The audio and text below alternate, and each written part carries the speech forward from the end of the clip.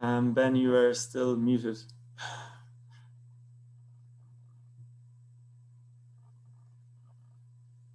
Sorry for that. Rookie mistake.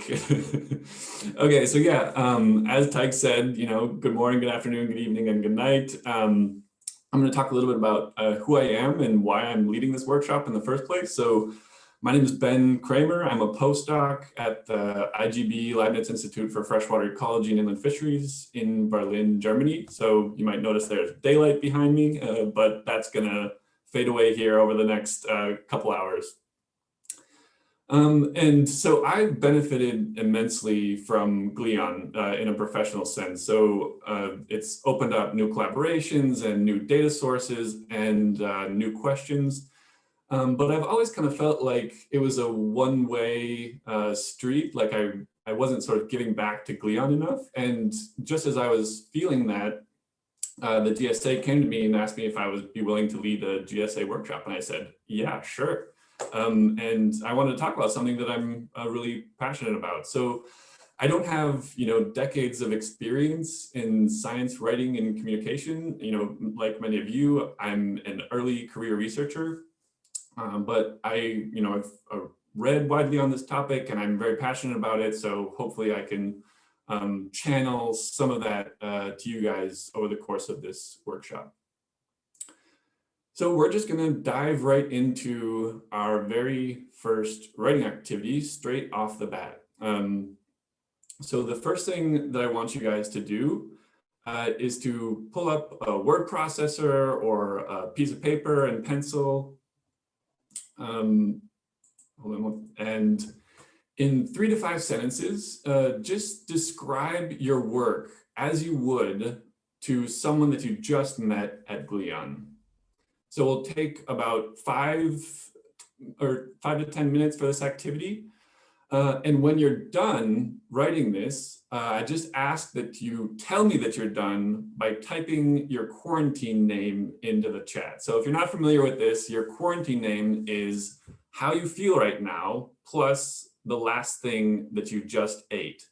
So some examples could be nervous cracker or bored banana. So take some time, write 3 to 5 sentences, and then type your quarantine name into the chat. Go for it.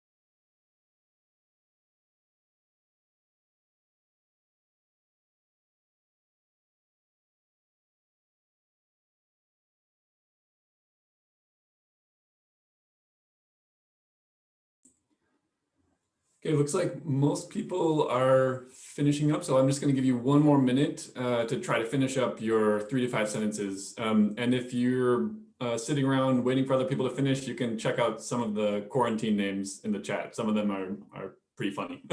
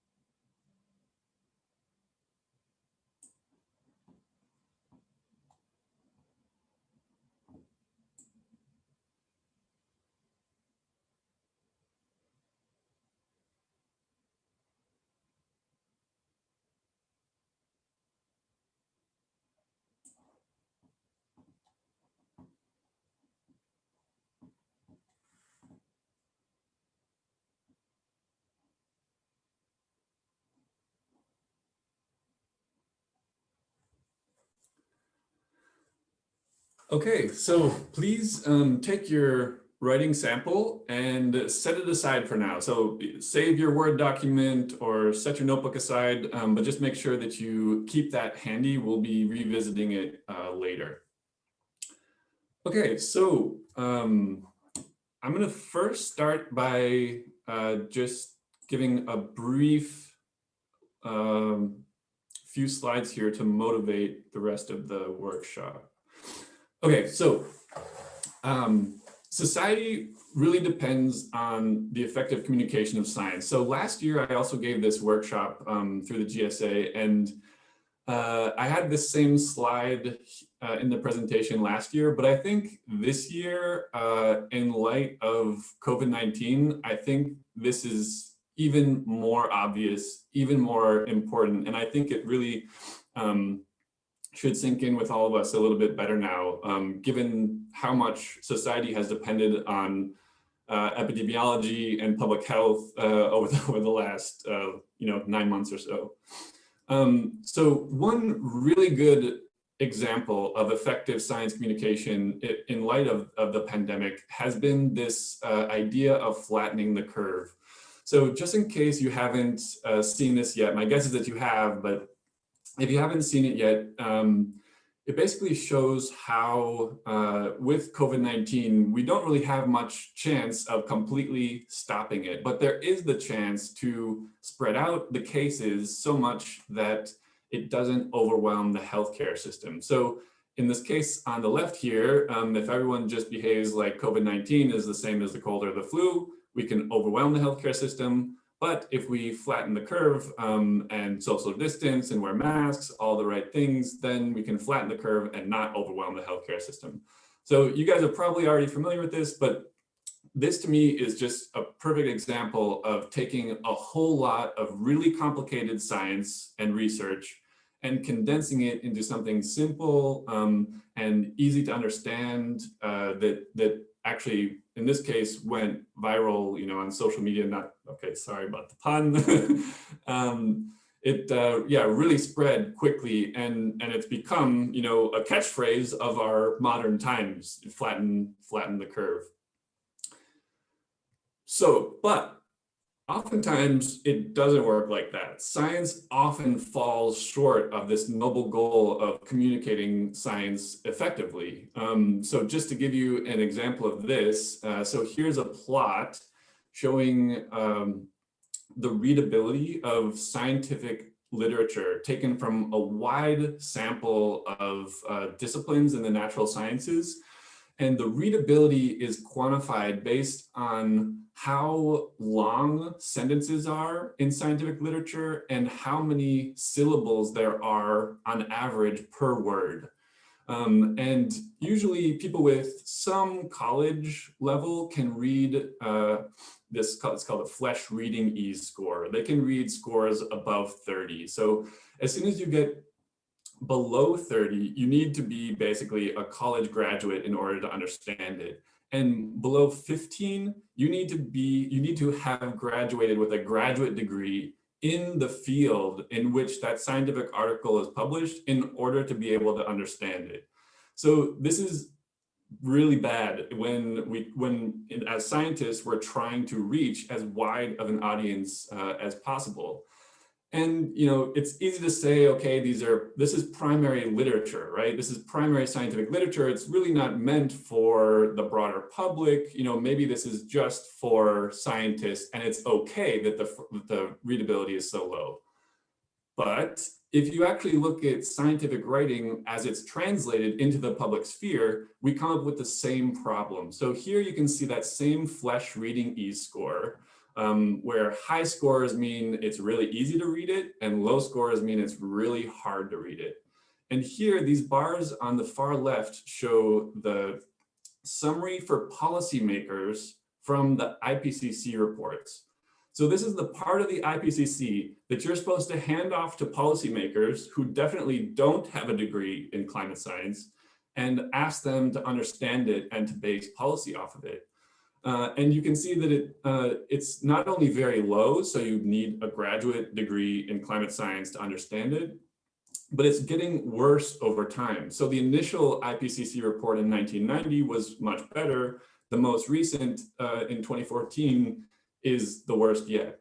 And then these other bars represent the reporting on the IPCC report in scientific magazines, the reporting on the report in quality papers, and then lastly in tabloid papers. So yeah, basically, we have this noble goal in science of communicating effectively and having a positive influence on society, but we can't do that unless we're communicating to the people that need to hear it.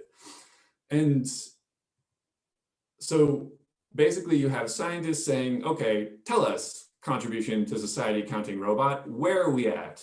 And the robot is saying -1.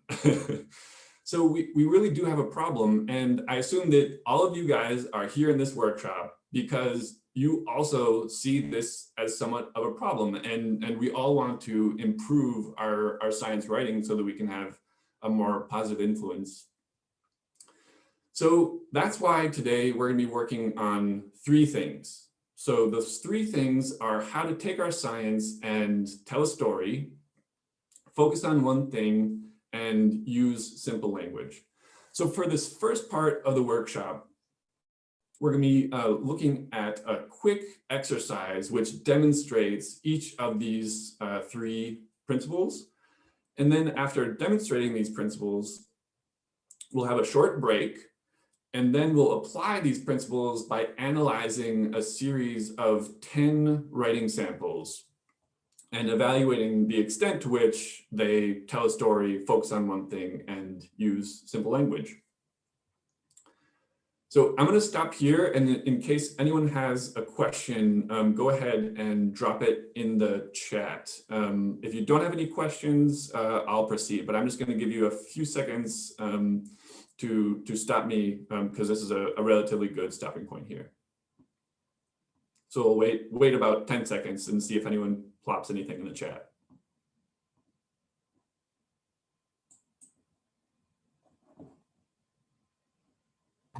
I'm just going to kind of pass a comment. It kind of looked like from that plot that you showed that counterintuitively that tabloid papers are better at communicating science. Oh, yeah, no. Okay. Well, how does that fit in terms of I mean, I was being, I didn't mean that, but I mean, I was like, yeah. How does, it's just interesting. I mean. Yeah, right. So if we look at this, the way to interpret this is that, if we want to reach high school graduates with information about climate change, the way that they're being reached right now is through tabloid papers. And we know that tabloid papers often don't do a very good job of summarizing and condensing that information. So it behooves all of us who are, working on the more raw science side of it to try to get as close to the high school graduates as possible, so that they don't have to rely on these alternate sources.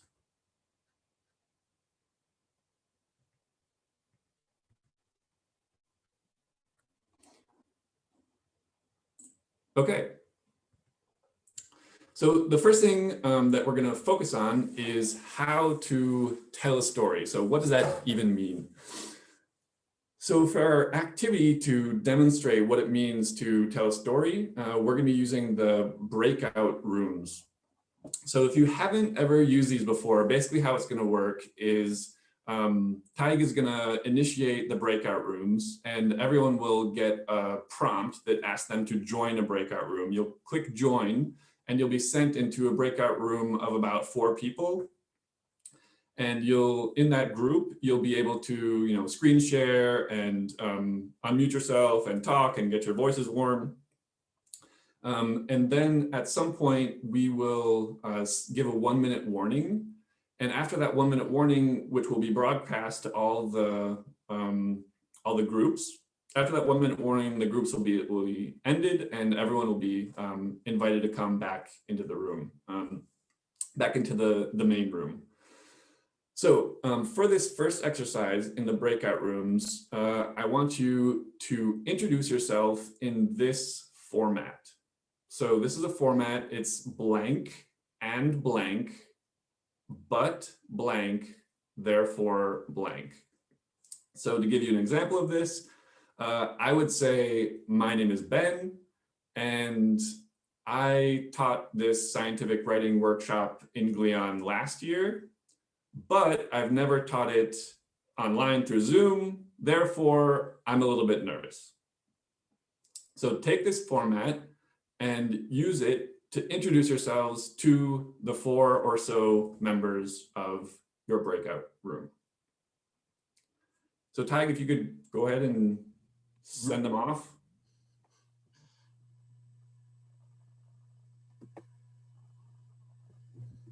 So you should have received an invite, and then you should be able to click join.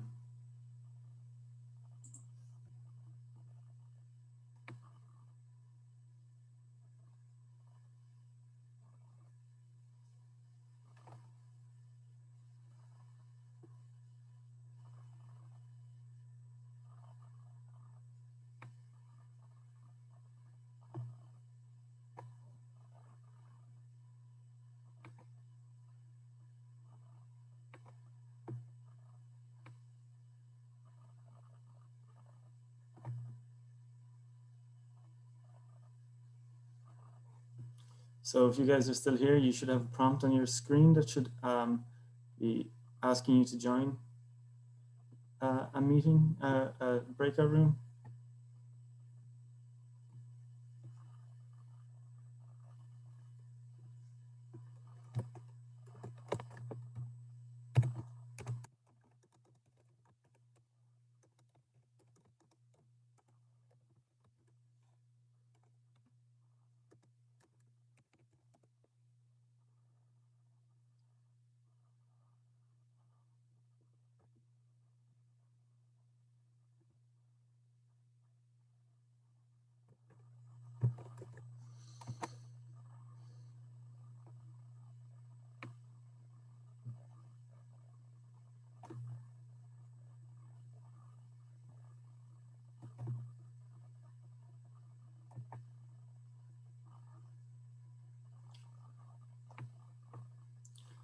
So yeah, if you guys are still here, you should have a prompt on your screen inviting you to join a room. So I would encourage you just to click on the pop-up.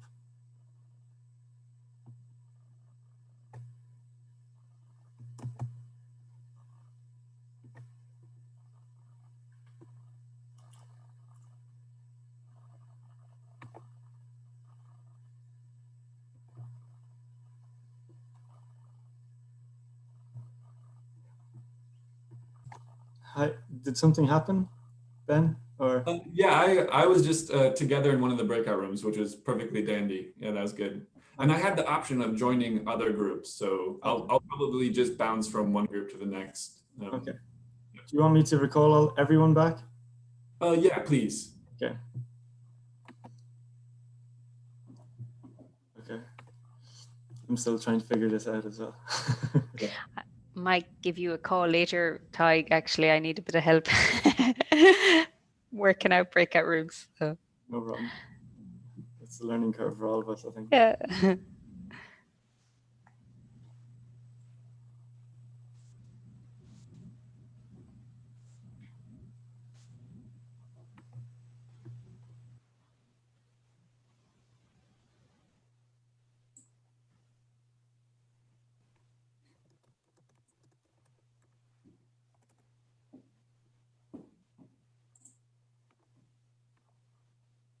So everyone should be back in. We should be back now? Okay, great. No, in 10 seconds. Got it. Everyone should be back.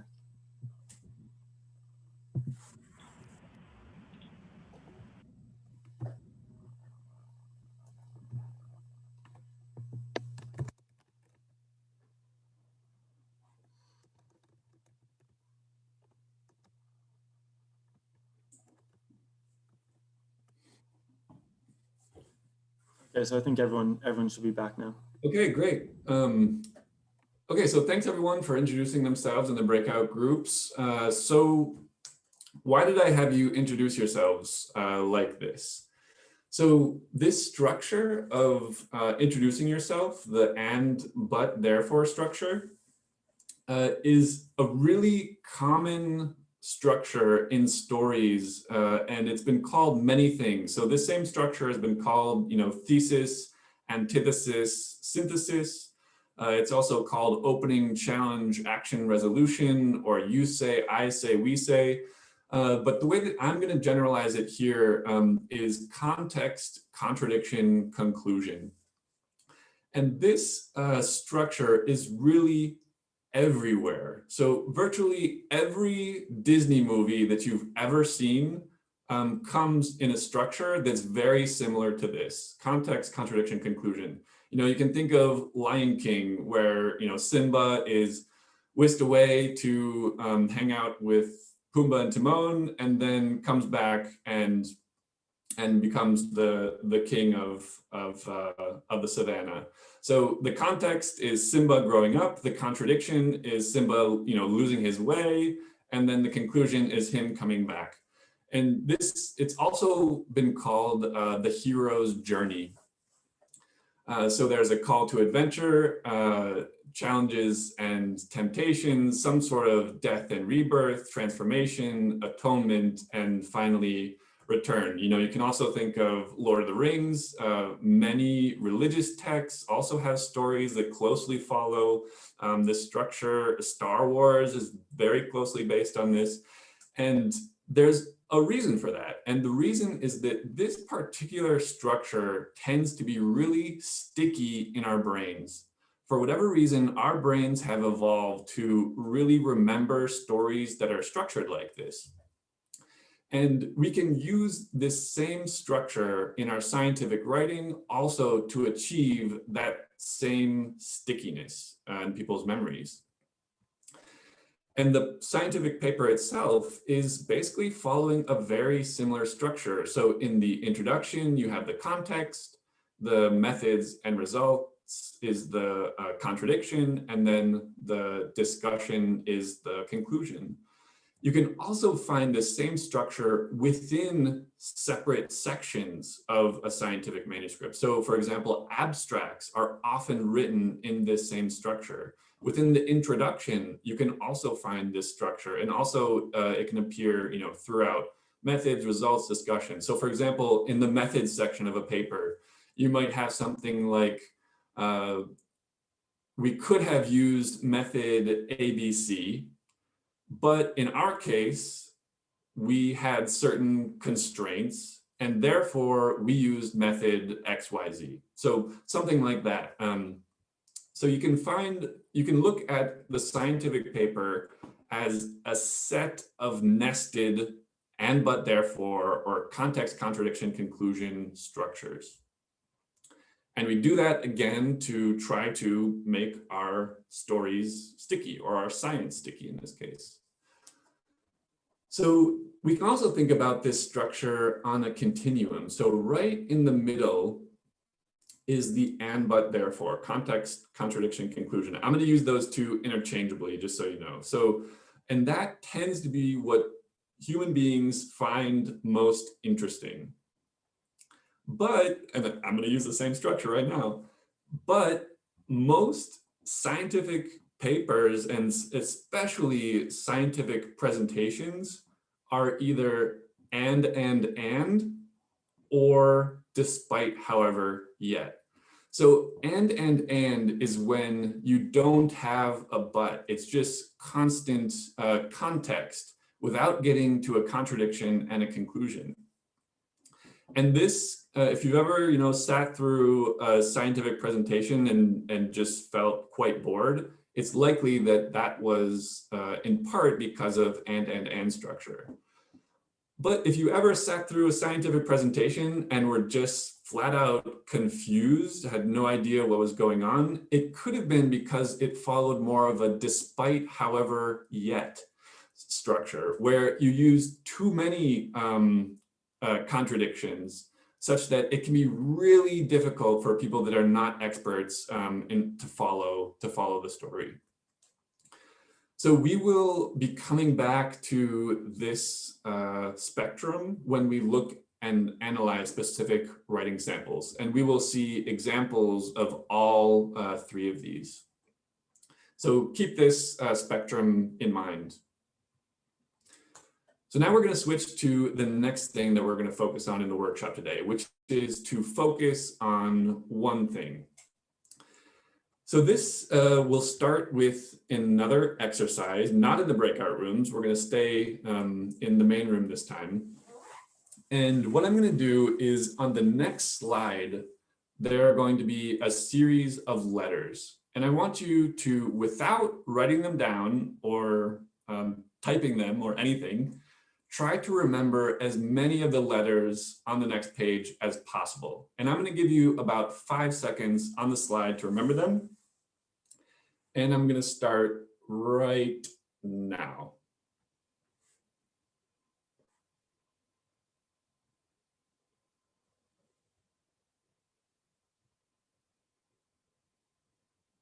Okay, so go ahead and type as many of the letters as you can possibly remember into the chat.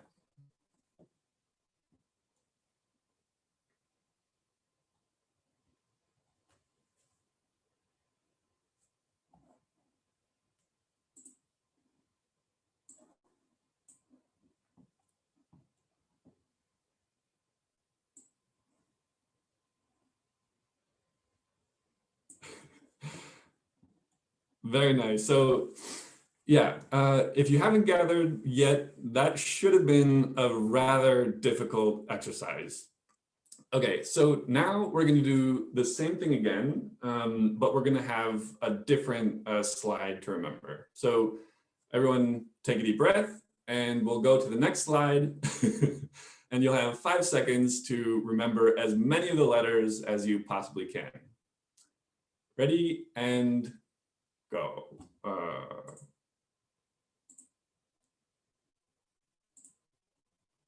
Hold on. Okay, go.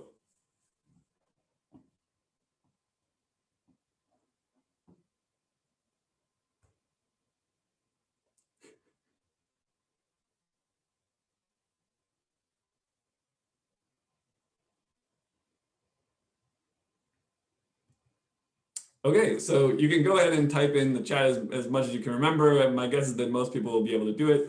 So why was one of those activities so much harder than the other one? So if you look at this first string of letters that I showed you, it's the same number of letters as down here. Actually, they're the exact same letters, just backwards. So if you read this backwards, it's Gleon Student Association. But why was one of them so much harder for our brain to remember? That's because this one, our brain processes it as many separate pieces of information.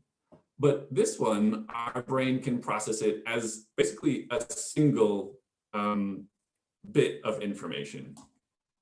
So this one, many pieces of information, much harder to understand, but when our brain can take it all in as one thing, it's much easier to remember.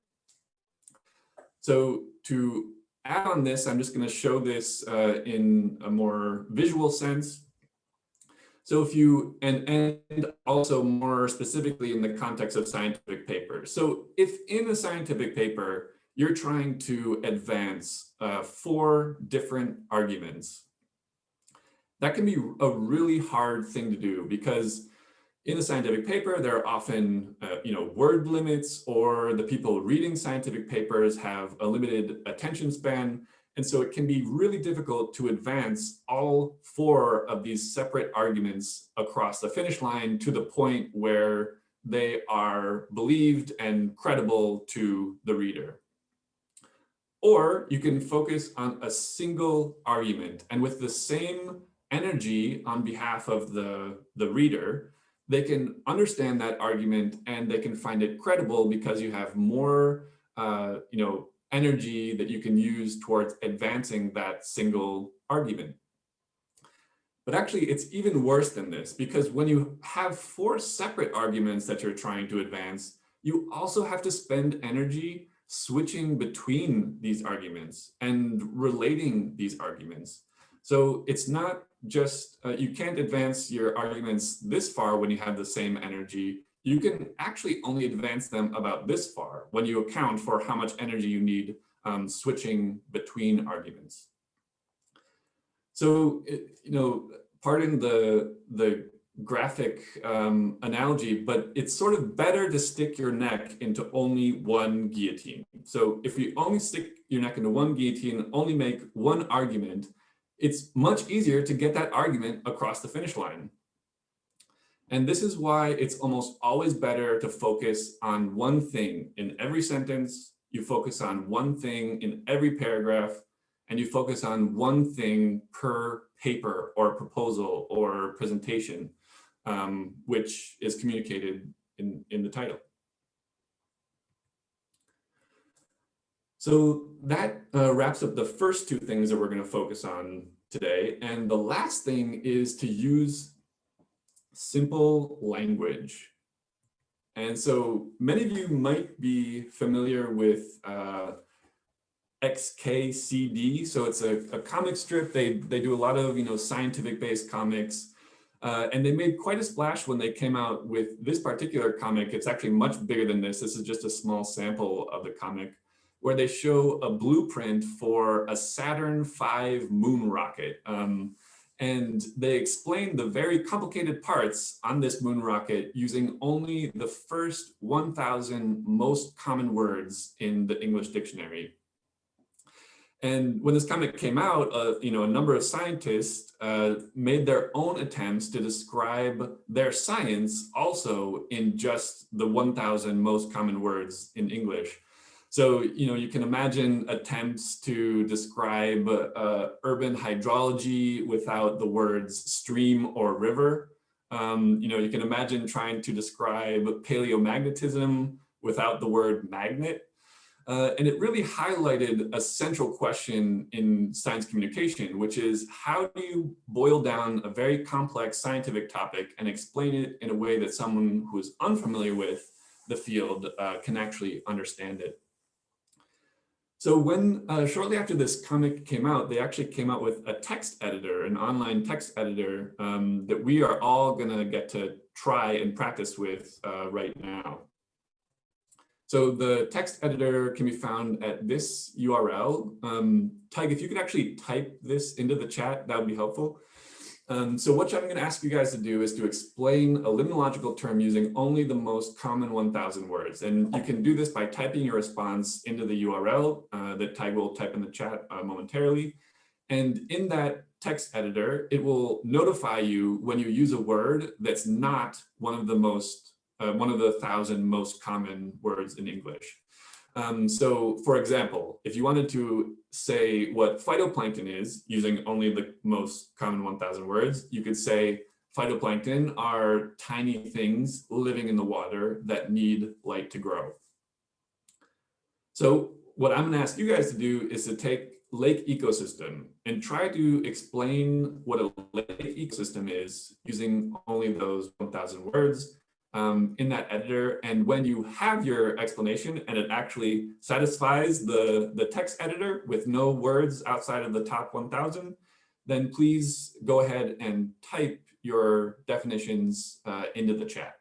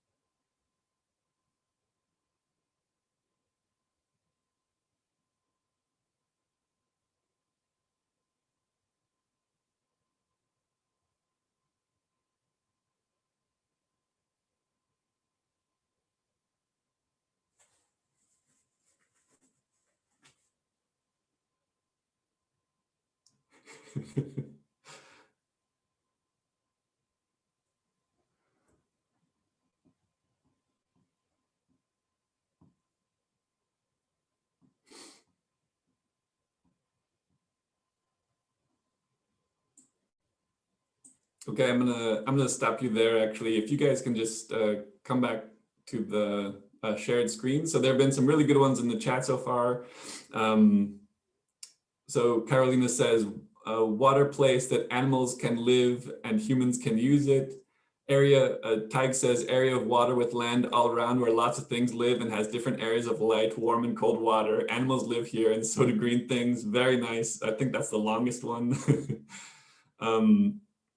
Teresa says, all the many living and not living things that act together in the place where the big water is. That's also great. So yeah, this is it's a fun exercise, and so I'm gonna show you what I came up with. So the living stuff and the dead stuff, which meet in a slow-moving body of water. Yeah, so there are lots of ways that you could explain this. And yeah, the key thing is just living stuff and dead stuff, and somehow they're interacting and they're wet. But yeah, I don't necessarily mean to suggest that you all should write your scientific papers, using only the 1,000 most common words. That's definitely not what I'm suggesting. But I think what this really shows is that it can often take a lot of work to try to take something complex and explain it in simple language. And we can think about language and jargon as sort of a trade-off. So there's actually a very good reason to use simple language, which is that you can reach typically a larger audience, as we've talked about already.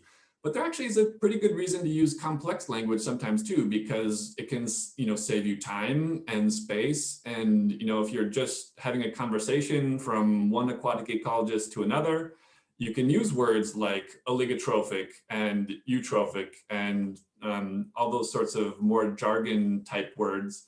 And there's a shared common understanding, and it can, like I said, save time and save space. So when we choose the language that we want to use, we really have to carefully consider this trade-off. And actually, personally, I would tend always to try to use the simplest language possible to reach the largest audience possible. And actually, it's not as balanced as I've shown here. So we often use more complex language than simple language. And there are all sorts of bad reasons why that might happen. So for example, as writers and communicators, we can overestimate what our audience actually understands. So if we're using complex language that our audience can understand, it can be really bad because maybe the audience members don't want to, sound uneducated by asking what that thing is, and communication can break down quite readily.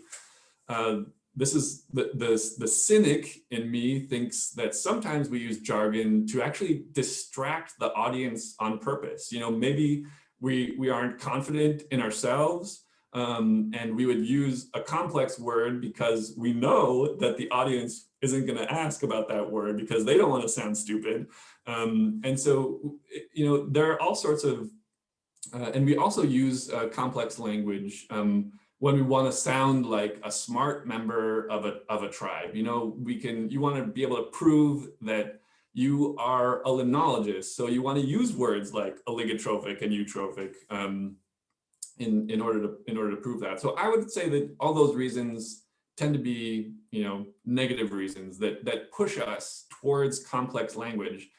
And if we want to, rebalance this, we really have to try to get rid of these yellow motivations and try to emphasize reaching a larger audience. Okay, so those are the three things that we are going to be working on for the rest of the workshop. Again, they are how to tell a story, focus on one thing, and use simple language.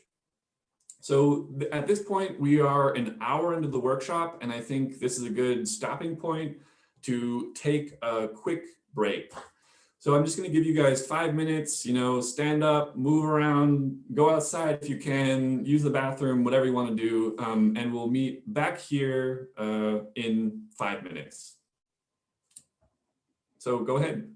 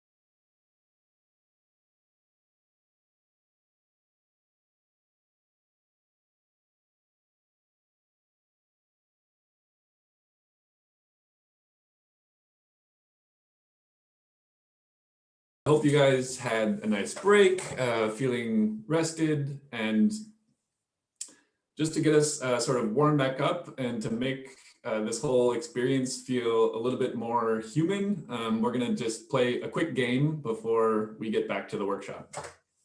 Okay, so for this game, what I want you to do is everyone who actually, even if you don't have your screen on, you can still participate. But if you have your screen on, especially, just put your hands up like this, kind of in front of you. Okay, and maybe even sort of sit back from your computer a little bit, if you can. And I just want you to copy exactly what I'm doing with my hands.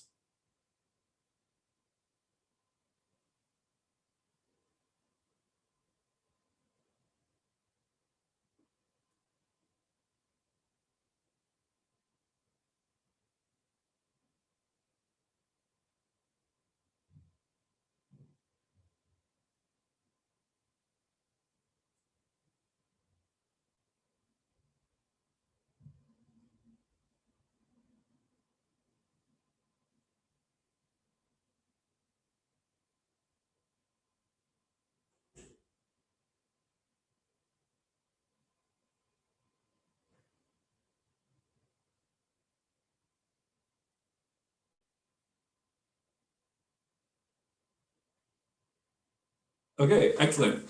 So in that exercise, I was leading, right? And you guys were all following me.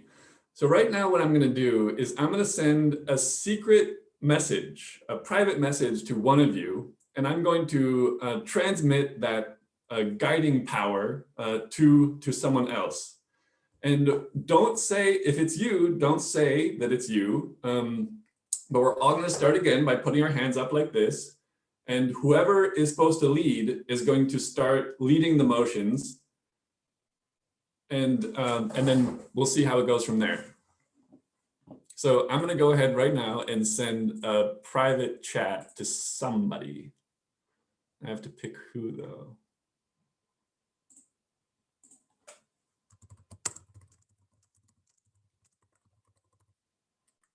To make sure that their screen is on, hold on.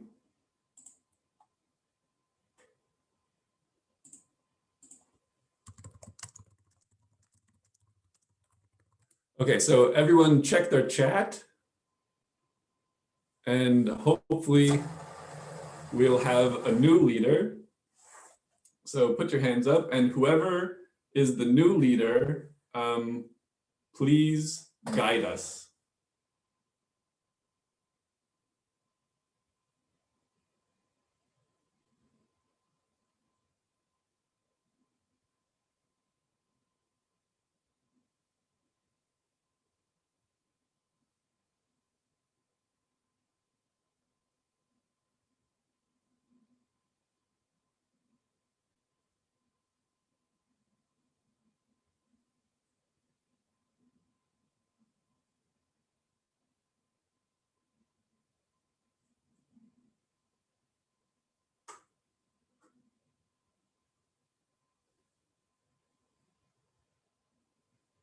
Okay, and stop. So does anyone know who the leader is? Was it Brian? Yeah, good one.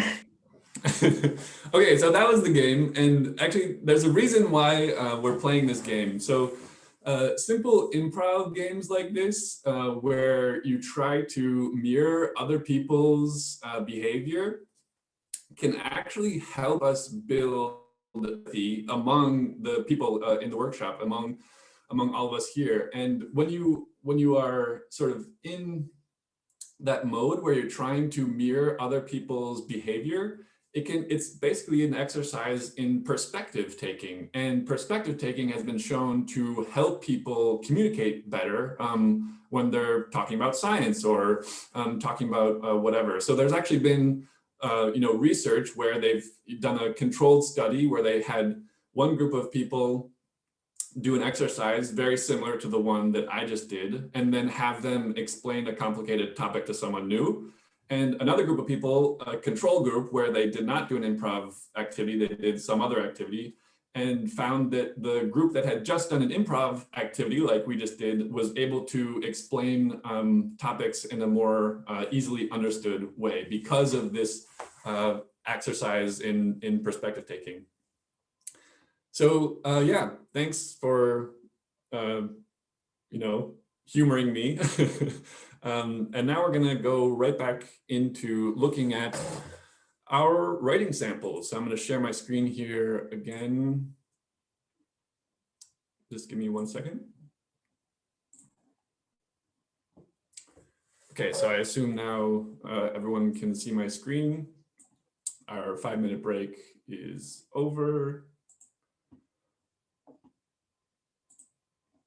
Okay, so for each of these writing samples, what we're going to do is we're going to read the sample from my shared screen. And then we're going to score each sample on a scale from 1 to 5 on the extent to which it satisfies these 3 criteria: tell a story, focus on one thing, and use simple language. And that will come in a poll that will happen after you guys have read the writing sample. And then after that poll, I'm not going to disclose the results of the poll yet. First, I'm going to send you guys off into breakout rooms to discuss with each other the scores for the writing sample that you gave. And try to figure out whether you gave different scores from other members of the breakout room. And if you gave different scores, try to discuss why that might be, and maybe even come to consensus about what score you would give. Okay, so as I mentioned, there are 10 writing samples that we're going to be analyzing here. So this is going to basically take us most of the rest of the workshop. And the first 4 writing samples are actually not scientific writing at all. They're popular culture, writing and speaking examples. And I'm starting with those because it's actually somehow much easier to identify these three things, telling a story, focusing on one thing, in simple language, when it's text that's a little bit less dense. So we're going to sort of warm up on these pop culture references and then dive into the science a little bit later. Okay, so here is the first writing sample, and what I want you to do is just read it, and as you're reading it, think about those three things that I introduced before. And again, those three things are telling a story, focusing on one thing, and using simple language.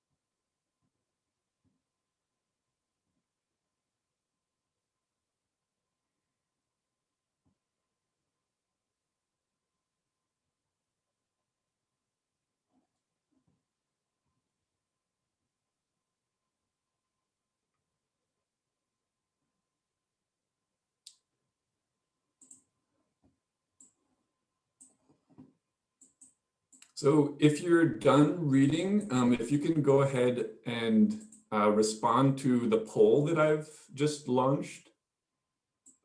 Actually, Tig, this looks like just question 1. Hold on 1 second. I must have to find that other poll, right? Yes. Okay. Sorry, it's the polling for writing questions is the 3. Okay, hold on. I see. Yeah. Okay, got it. Thank you. No problem. Sorry about that. No worries.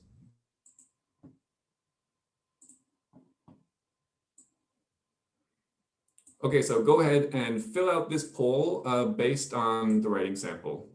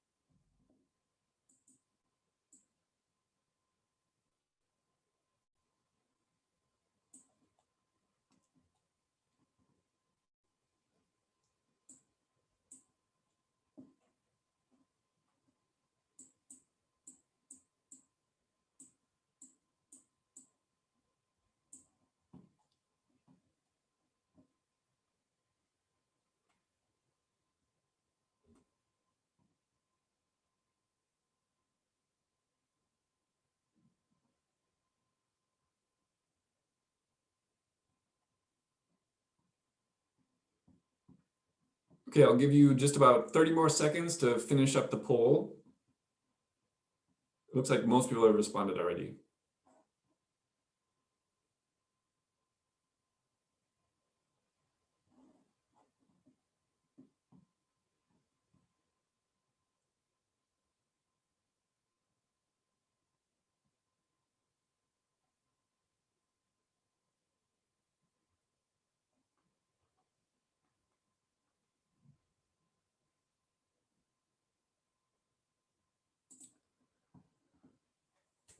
Okay, so now thanks for responding to the poll. For those of you who can, if you didn't respond to the poll, no worries. Just try to keep in your own mind your answers. And actually, it would also be useful just to write down what scores you gave for each of these 3 questions, because you'll be discussing them now when we break into the breakout groups.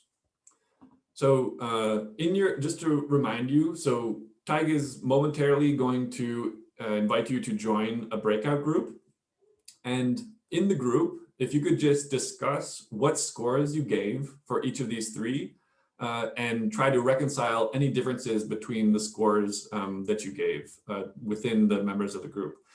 And you should also be aware that once you go into the breakout room, you'll no longer be able to see my shared screen. So you won't be able to see the writing sample. So Tig, I don't know did you get the link to the Google Doc?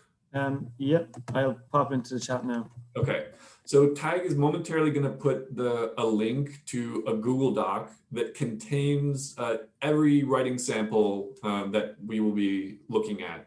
So if within your breakout groups, if you want to look at the writing sample, it'd be good to use that Google Doc to sort of jog your memory as you're discussing things.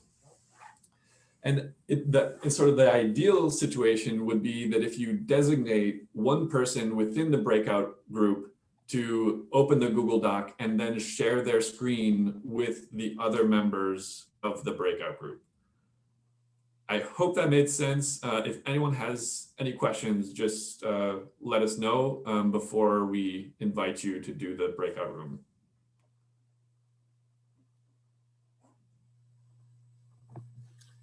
So Tig, did you manage to send? Okay, you did. Okay, great. Yeah, well, I have it. Yeah, so they're open to. So Ben, I just want to ask you, how long do you want me to give before I call everyone back? Let's say, yeah, well, let's give everyone 5 minutes to discuss. So after 4 minutes, send out the warning. No problem. Okay, go off to your rooms, your breakout groups.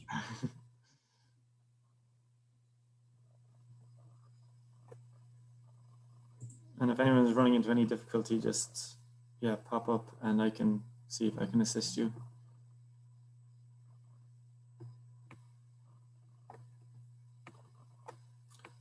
Oh, it looks like most people got into breakout rooms. Mohammed, are you okay? You have to click on join room. Yeah. And Liz, are you still there? Okay, maybe you went to get a cup of tea, maybe?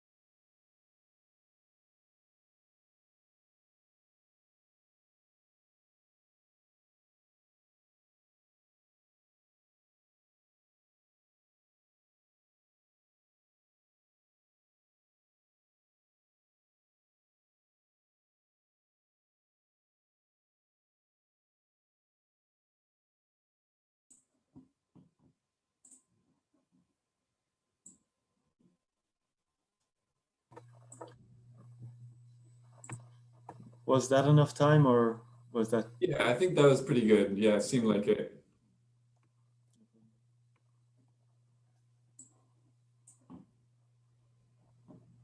Yeah, everyone will be back in 10 seconds. Okay, great, thanks.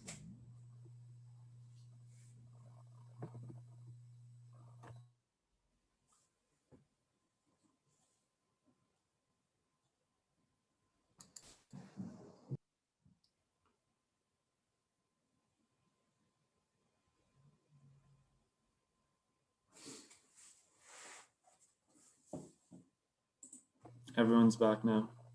Okay, so if you thought that was too much time or too little time, go ahead and type in the chat, and we'll use that to guide how much time we'll use in the next writing sample.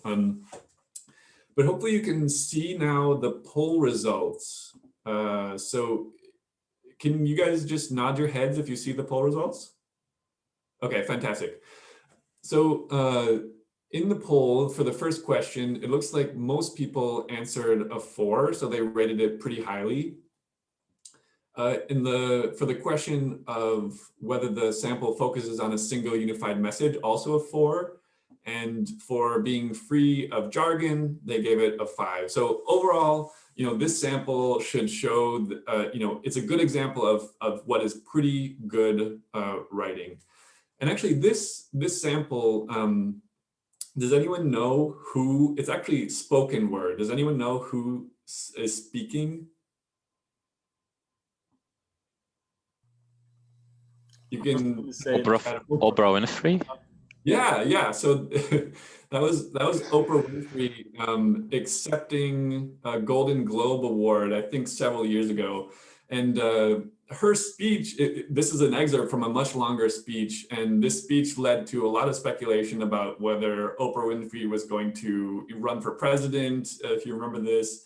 And it was a really, what some people described, a communication tour de force. So it was, a pretty good speech overall. So I'm gonna just share my screen again here. Unless I think it's already shared actually. Hold on. Okay, and now I'm going to go through each of these 3 writing principles, and just go through it and analyze it a little bit closer. So for the context, contradiction, conclusion, I've colored here according to which of the 3 sections each part of the text is. And you can see that there actually is a fair amount of context, and then the contradiction and the conclusion come a little bit late. So it actually doesn't surprise me that not everyone gave a 5 for the one thing and the context, contradiction, conclusion, just because there actually was a fair amount of context sort of leading up to the point. And I think this would be much less problematic if you actually listen to the speech, because she sort of used her crescendoing voice to kind of carry through the context part. But anyways, the 3 parts were definitely there. And you can even see this word. So the word but is often a really good indicator for whether or not there is this contradiction. And we didn't see the word therefore, like in the and but therefore name, but we did see the word so. And so is just a much more common way of saying therefore. So when it comes to one thing, when I try to figure out whether a writing sample is focusing on one thing, just try to summarize it in as few words as possible. So in this case, the way I would summarize it would just be maintain hope during bad times. And it was pretty easy to come up with that short summary. So as you're looking at the rest of these writing samples, try that as a way to test it out yourself. Can you, in maybe even less than 5 words or less, or 10 words or less, explain what the key message is? If you can't do that, then give it a low one thing rating. And then lastly, I've plugged the writing text into a website called DeJargonizer, and we'll talk a little bit more about that at the end. But DeJargonizer just identifies what words in a writing sample are uncommon, and I've scaled them here so that the jargonish words are in orange, so that like sort of jargony, but not really. And then the really uncommon words in the English language are colored red. So again, you know, most people rated this writing sample as pretty jargon free, and I would agree. There's not a lot of uncommon words in the writing sample. Okay, so now I'm going to stop sharing the results. Actually, out of curiosity, I'm just going to relaunch the poll quickly and see if anyone's numbers changed since I've shown you these. So just wait 1 minute, and you should see a new poll here. And respond to that poll. I'm just curious to see if things changed at all.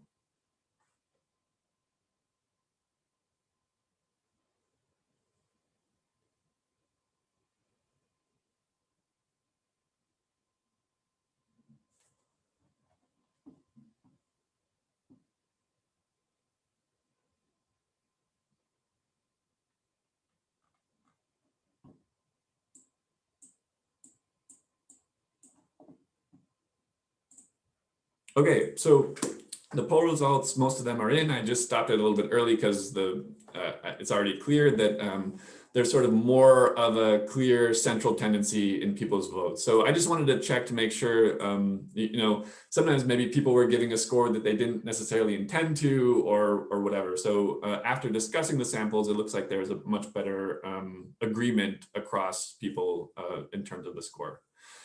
Okay, I'm gonna stop that poll and flip to the next writing sample.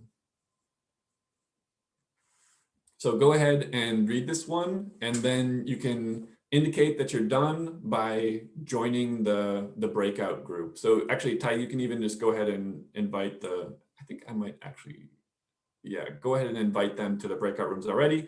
And then when you're done, just click join.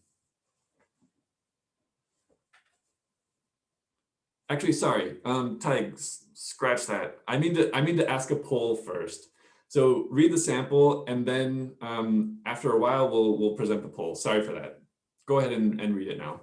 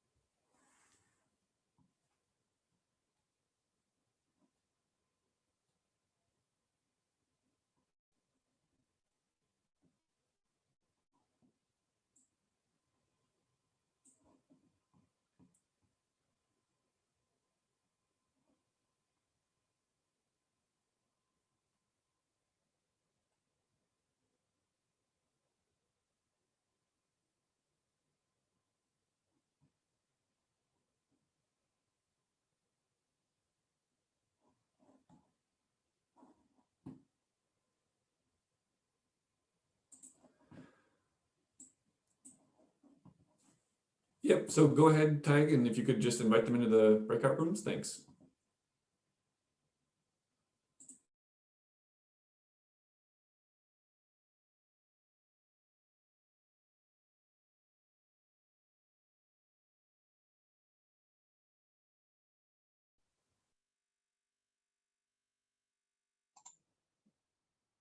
Hi. Hello. Hello. What do you think about the example? I liked the structure a bit, Funny. the storyline. So Yeah. Is it more like an no? Example. Yeah. And also had a lot It was of, also confusing because they were jumping from. Sorry?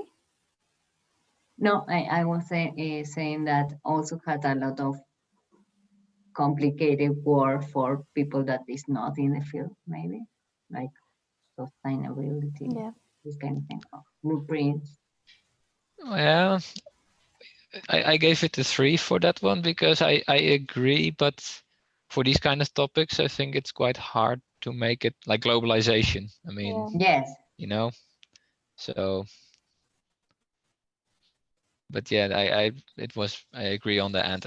I think they also at the end of it, they also like even in the last sentence, they also say in addition, and then they give another example. Yeah. But it's curious that for me it was more easy to read that the previous one because I don't know, I'm used to read this kind of things more like, I don't know. Yeah. Yeah, to be honest, The I other one also was more verbal.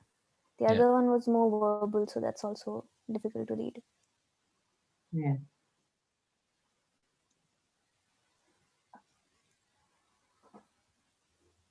I think it was much easier to read too because there was something written while the other one was a speech. Yeah. So the Right. language structure was totally different. This was full of jargon, but I think it was like the message was the World Bank is great. You know, Yeah, or like what does this World Bank group Yeah. do? Yeah. you do great things.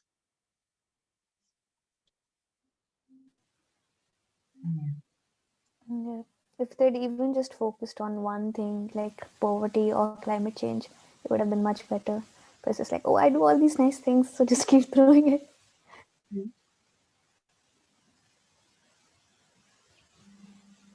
Then I always wonder what the one thing is. If it's like the one thing is saving the world, you can include everything, or if the one thing is just AIDS, that's just no. It's always Yeah.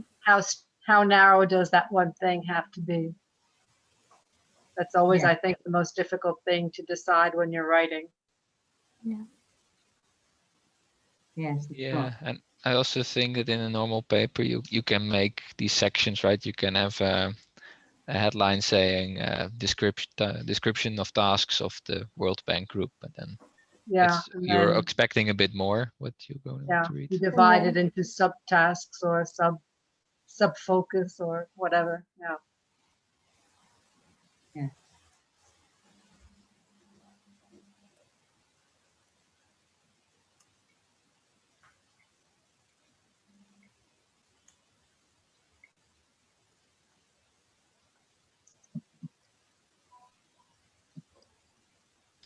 Right, I think I'll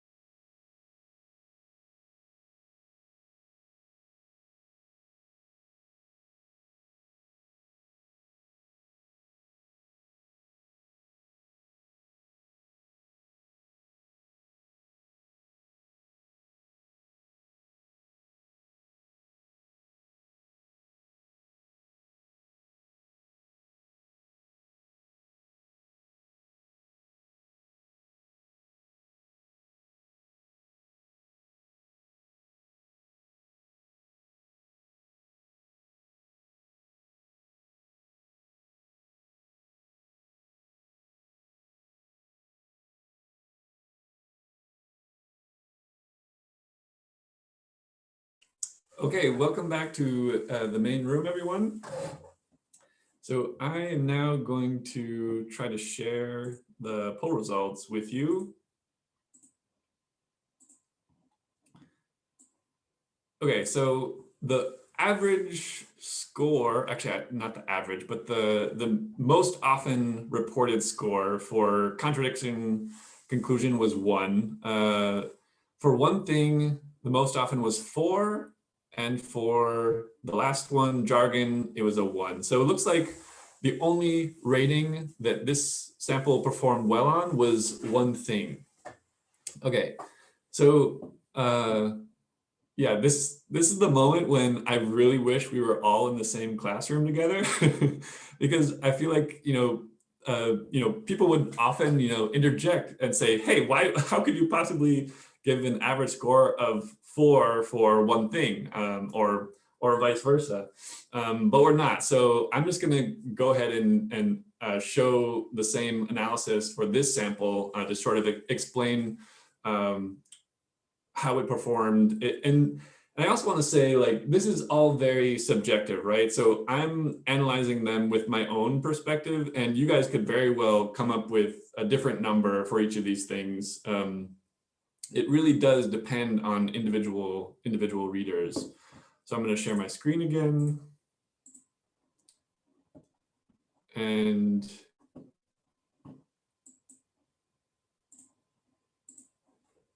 okay. So for context contradiction conclusion, for me, I could not identify a contradiction and a conclusion in this writing sample. And one of the things that should really be a red flag is how often the word "and" is used. So "and" or any other word that functions similar to the word "and." So you'll see here that I highlighted in white all the instances of "and"-like words. And actually, if you count up every instance of the word "and" you divide it by all of the words in this writing sample, it has an "and" frequency of about 9%. So that means that almost 1 in 10 words is "and." That is a red flag. That is a bad sign for reader comprehension, because the word "and" inherently links two sort of unconnected things. So if you're asking your reader to continuously link unconnected things with the word "and," it can be very difficult for non-experts to understand. So this one is the World Bank Group's annual report from, I think it's 2008. And actually, after this report was published, there was such a backlash because of how bad the communication was. And they actually particularly cited this "and" frequency as evidence for how bad the communication was, that the CEO of the World Bank Group was asked to resign because the communication was so bad. And then after that, there was a long debate about this "and" frequency as a metric of writing and how good communication is. And now the World Bank Group tries to have an "and" frequency of less than 6%. But that's still really bad. I think I'd say in general, you should try to shoot for an "and" frequency of 3% or less. And you can actually do this in your own scientific writing. So if you have a paper, you can drop it into a word processor, count using control find how many times the word "and" appears, and divide it by how many words there are as a way to evaluate your own writing. And we'll touch again on that towards the end. But thinking back to this narrative spectrum, I would certainly put this writing sample on the and or boring section of the narrative spectrum.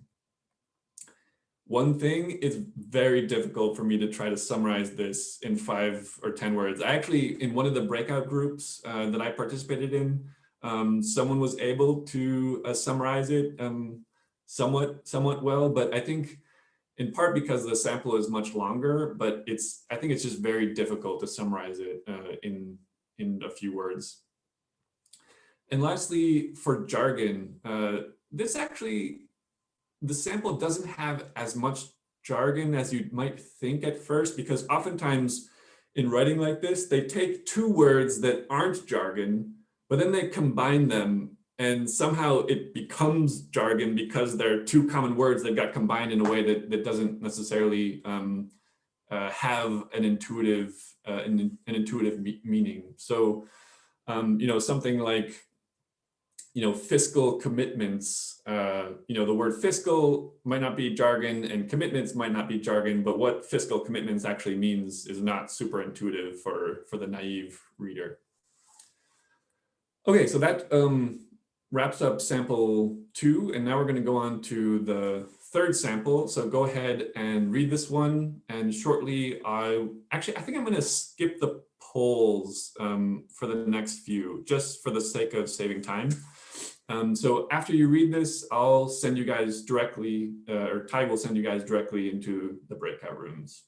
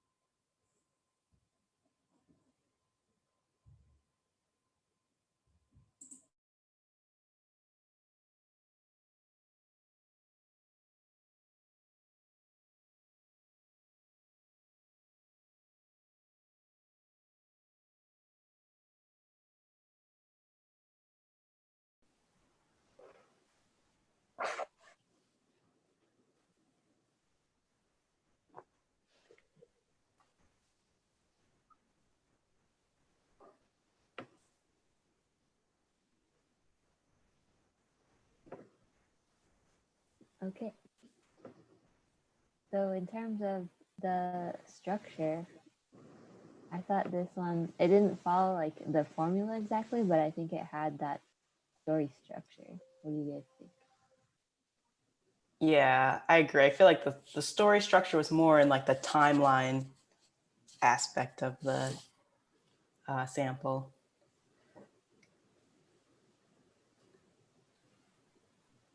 Yeah, there wasn't really much about that. It just built upon the events and background. Mm-hmm.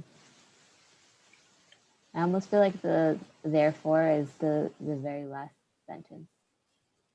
Like the but is the but 100 years later, and then the therefore is the very last sentence.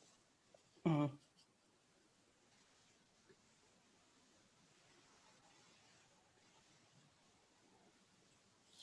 What was the I think second? Sorry, go ahead. Focusing on one thing, I think, is the next one, which it does well for sure, as compared to our last one.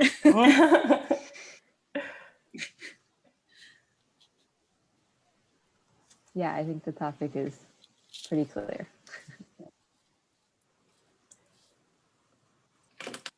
Yep. And then, like, I feel like the jargon in it is just like kind of in the naming of things, like, but that comes with like context, because kind of like what you were saying before, like emancipation, even in itself, it's like, oh, that's kind of a bigger word than proclamation, and you put it together. But I mean, yeah.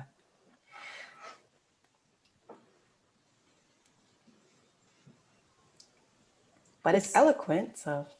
Yeah, it's moving, for sure, and with a hint of drama in it too, with the the language being. Yeah, it's much more literary. You certainly don't. You know what? You don't what? You don't fall asleep reading it like. Oh, yeah.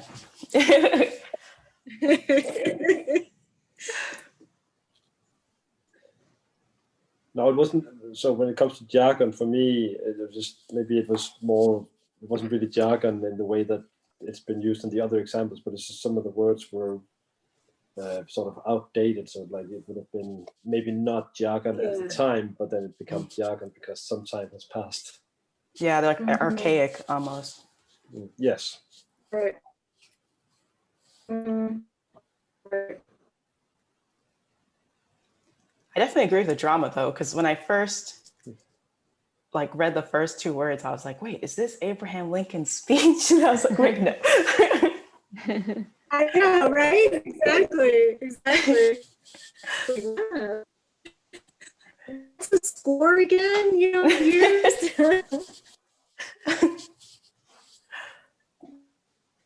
Yeah, I'm wondering if this is like Martin Luther King Jr. or something. That's what I was thinking. Because he said we've come here today, so I was like, are they at the Washington monument? Yeah.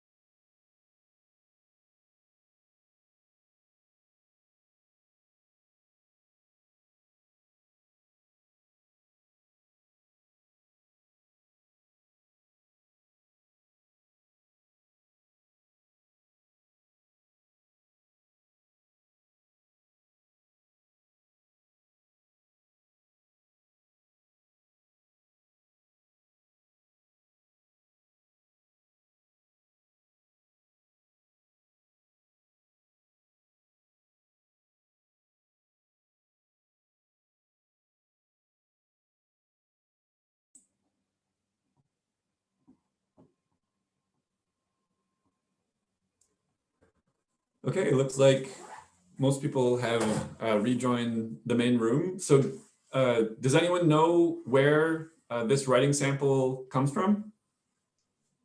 Yes. Where? It's Martin Luther King, 1963. I Have a Dream. Yeah, exactly. I also was gonna say that it sounded like Luther King. Yeah. So it's Martin Luther King Jr. This is the first opening section of the I Have a Dream speech. Yeah, exactly. For this one, I mean, obviously it's sort of silly to be analyzing this speech in the scientific writing course, but I just really like it because it focuses really strongly on the context, contradiction, conclusion framework. So I'm going to share my screen here and start so that you can see the color-coded versions.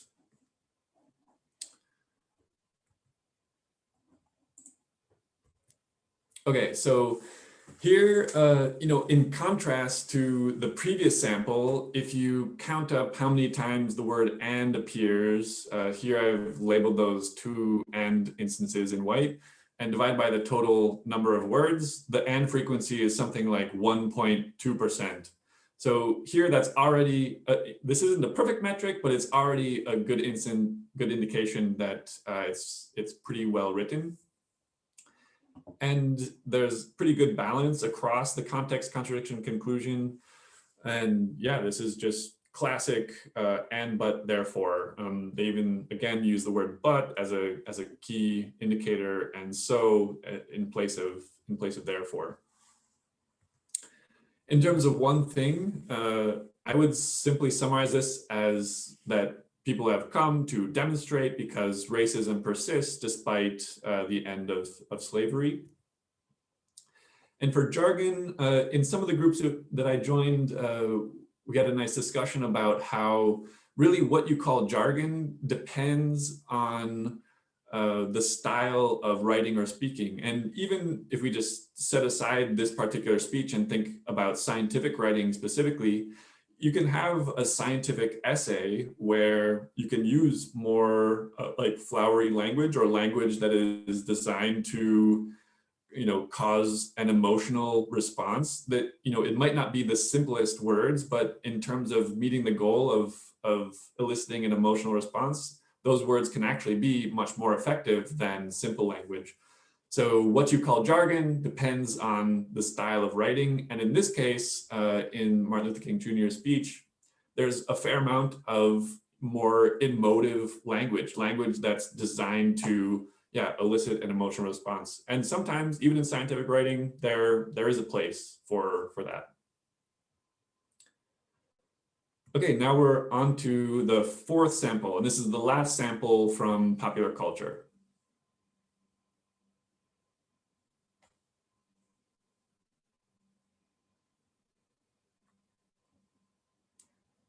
I assume that you're done, so go ahead and join your breakout group.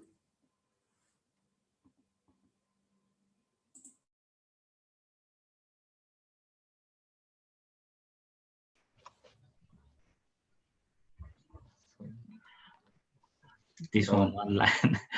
This example very short. Like for the contradiction context, this is one.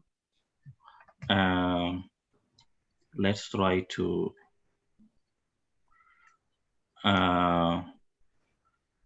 the message. How this is not a unifying message, so I would give it maybe 2, and the jargon, the use of jargon, crazy, maybe 3. But it seems it's jargon free. I can give it 4. Yes, so I would give it 1, 1, 2, and then 3. Yeah, 4. For me, I give them all 5 because I found them follow the structure and one message, and then easy to follow. Low word jargon. Yeah. So Yeah, 5. I agree. I think it's straight to the point. You know what's happening. There's no hiding in that sentence.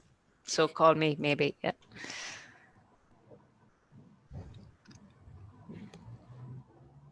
So I think 5s. Yeah.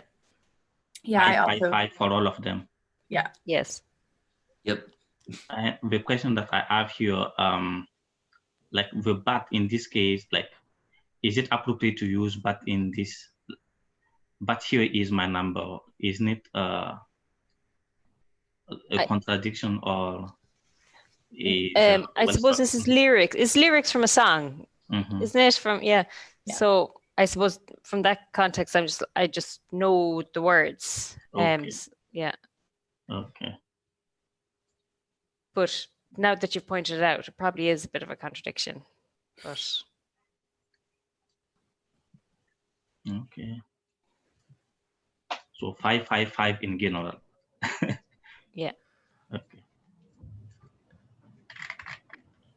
8.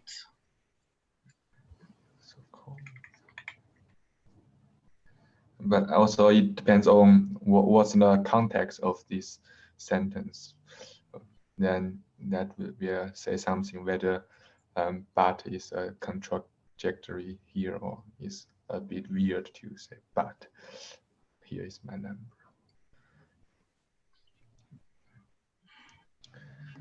I'm still trying to see the last one. So maybe, so call me maybe.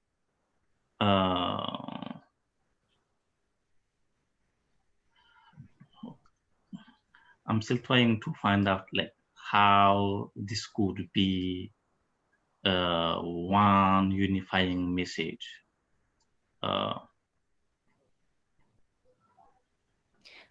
well, I suppose the point that they're getting across is that they want them to call them, but they're leaving it wide open for them to make that decision whether they want to call. But we are very clear that they want to be called.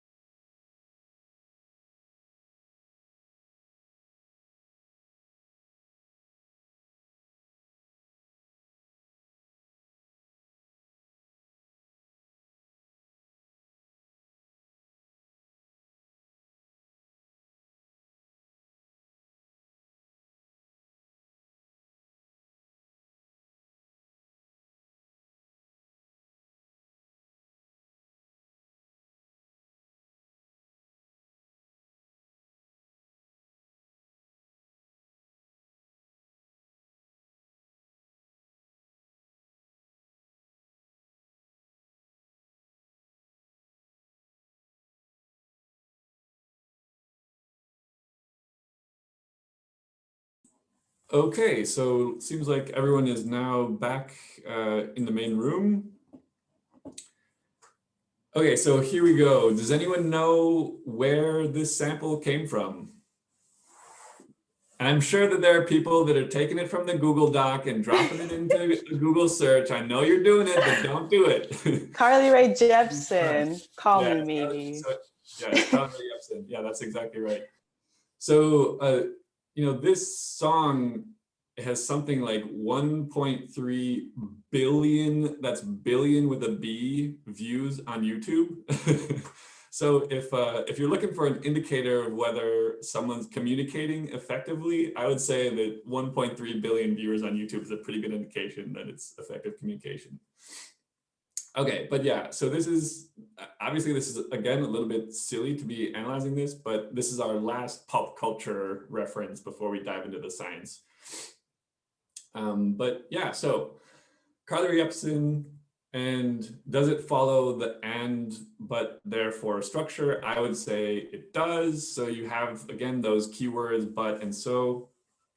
Whether or not, I mean, the keywords are there, but whether or not this actually follows it, whether, you know, hey, I just met you and this is crazy, but here's my number, whether that's like a proper sequence, and then whether so call me maybe is actually a right therefore, I don't know.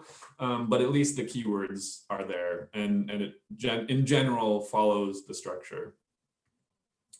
So it's quite short already, but if you want to try to shorten it even more, you could say, call my number, new friend. So it's easy to summarize. And so I would say it definitely satisfies the one thing criteria. And then lastly, the jargon words are colored in orange and red. You can see that there are none. So you could plop this probably into the text editor that we used earlier with only the top 1,000 words, and it probably would be just fine. Okay, so hopefully these first 4 samples have sort of given you a sense of what the end numbers are. Oh yeah, sorry.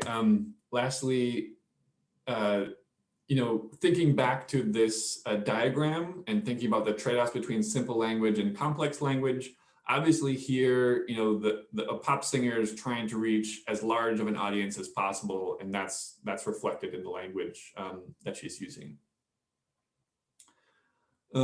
Yeah, so we're gonna go now to the next sample, and after this sample, we're gonna have another 5-minute break.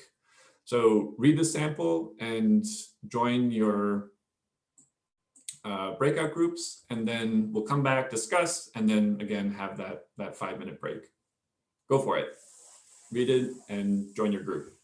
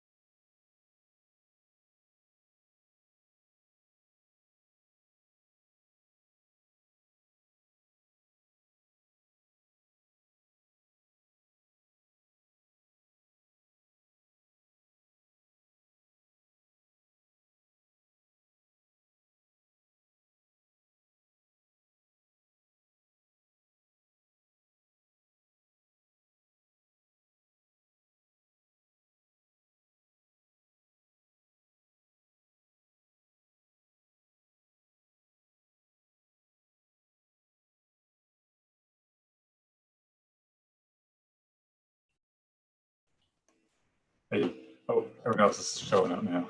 Right on. Yeah. Sorry about that. No worries. This one took a little longer to read than the last one, didn't it? Yeah. Sorry, I'm still digesting this paragraph.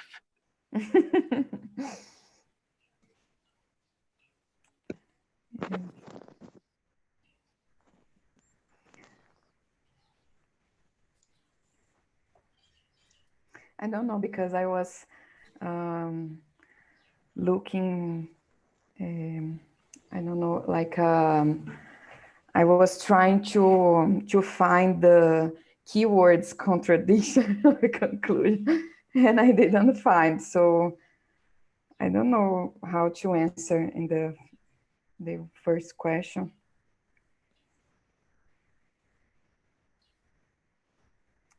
I think could be implicit. Yeah, I think it seems to follow it reasonably well.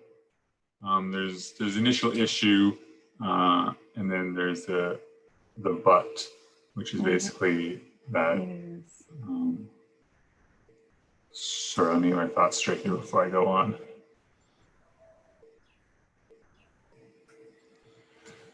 Right, I guess the but is that the people who have contributed the least to climate change are the ones that are going to be most affected, or are going to continue to be affected. So there's not a equitable distribution there between the contributors and the affected. Yes. Yeah, I do agree with Brian. Like, I think everything's there and it's in place. I think the thing I hate about this paragraph is like there's really, I don't know, my own personal opinion, right? There's no good flow. Like the sentences don't link together in like a logical way to me, to get from the first sentence to the last sentence. And so I'm like, I can't tell how much of this is, I think all the pieces are there. It's just, there's no flow to the paragraph. Yeah. Yeah, there's some big jumps here and there without like good connecting ideas between them. Because the doesn't have the connected words, like so, but. Right, exactly. I don't think even so about the connecting words. It's even the problem that the sentences address different targets at each one. I'm puzzled with it. Yeah, trying to pull a bunch of thoughts together without connecting the thoughts first. Yes. And a lot of jargon. Yeah, there's a fair bit of jargon.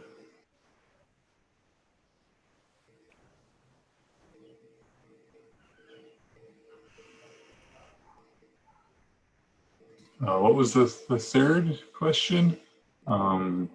Oh, the one message. Oh, we if it's covered the jargon and the structure. Yeah, if it's a coherent single message.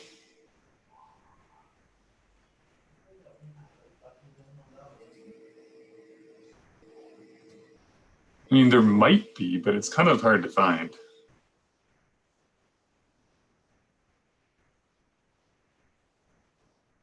I guess the one message is that sustainable development should be used to help limit climate change or address climate change,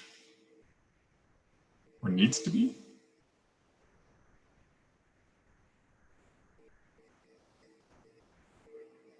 Well, and that's the other thing that I was a little hung up on, where I'm like, are we talking about sustainable development, equity, or policies?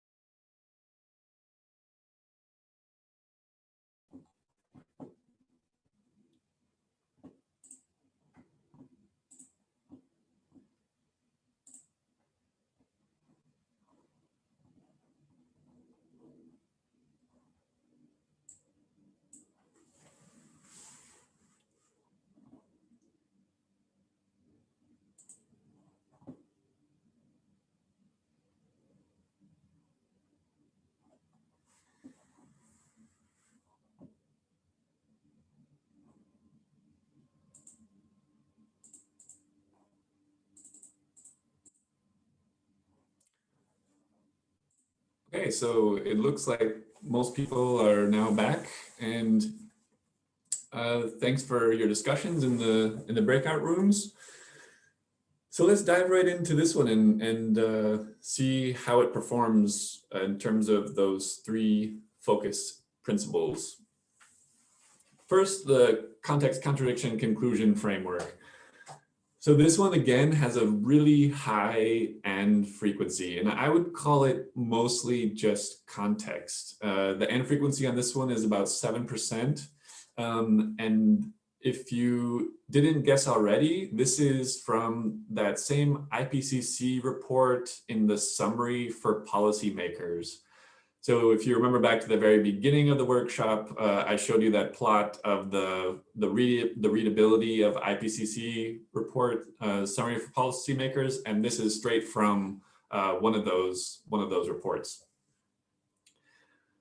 And yeah, it's very hard to read. I couldn't come up with a single one thing. I don't know if any of you guys had success. If you did have success summarizing it, yeah, go ahead and interrupt me, unmute your mic, or drop it in the chat. But yeah, I really struggled to summarize it in just a few words. And really think back to that exercise again towards the beginning of the workshop. The IPCC report here is essentially asking you to do this top one. It's asking you to take a bunch of disconnected pieces of information and to remember them. And yeah, that's a very difficult thing to do. Okay, so now, thanks everyone.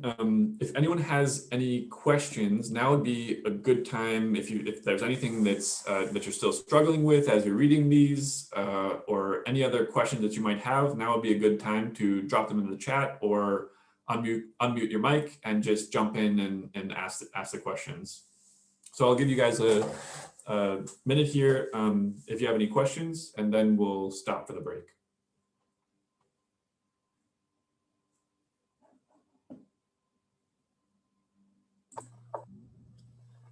There's a question in the chat there, Ben, from Atifa. She's saying that my PI hates using word for as a conjunction. Do you have any suggestions? So for this particular case, I think it really depends on the context, how you would go about rephrasing it to get rid of the word for. But I totally sympathize with you, because I think every PI has these sort of pet peeves about little grammar issues. So for me, like, I get really frustrated when I see the words in order to, because I think usually those words are easy to delete and the sentence still makes perfect sense. And I think the word for, if you wanted to get rid of it, I think it just would require rearranging. If you can come up with a specific example, Atefe, then I think that would be easier to deal with it. But yeah, I think it would just be a matter of rearranging the words. Does anyone else have other suggestions?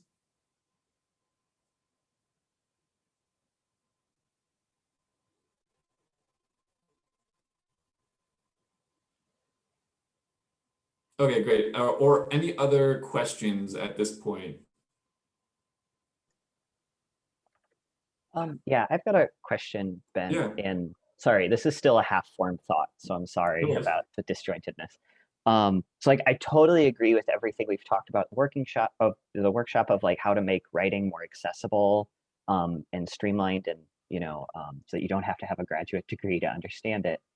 But like, I also recognize that a lot of institutions also have departments that their job is to distill the technical knowledge and create like science communication packages, right? Like you have like a marketing communications department for a university or something like that, and they write a popular piece about it. But at the same time, we as scientists, right, like you're on Twitter and you tweet about your work and you try to make it, and you're also, it seems like there's two people that are maybe trying to do the same task. And what I'm wondering is, it's like, is there a bench, like you should try to, like we maybe should try to do as much as we can to make it as accessible, but like at what point does somebody who's trained in science communication is like their main gig, at what part do like we take it so that then they take the torch one step further? Does that make sense? Yeah, I think that makes pretty good sense. And thanks for your question, Michael. So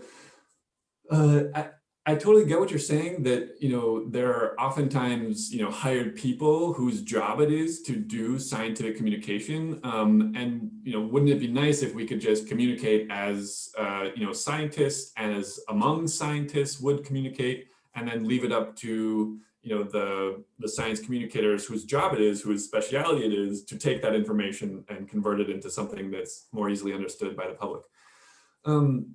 So my response to that would just be that oftentimes with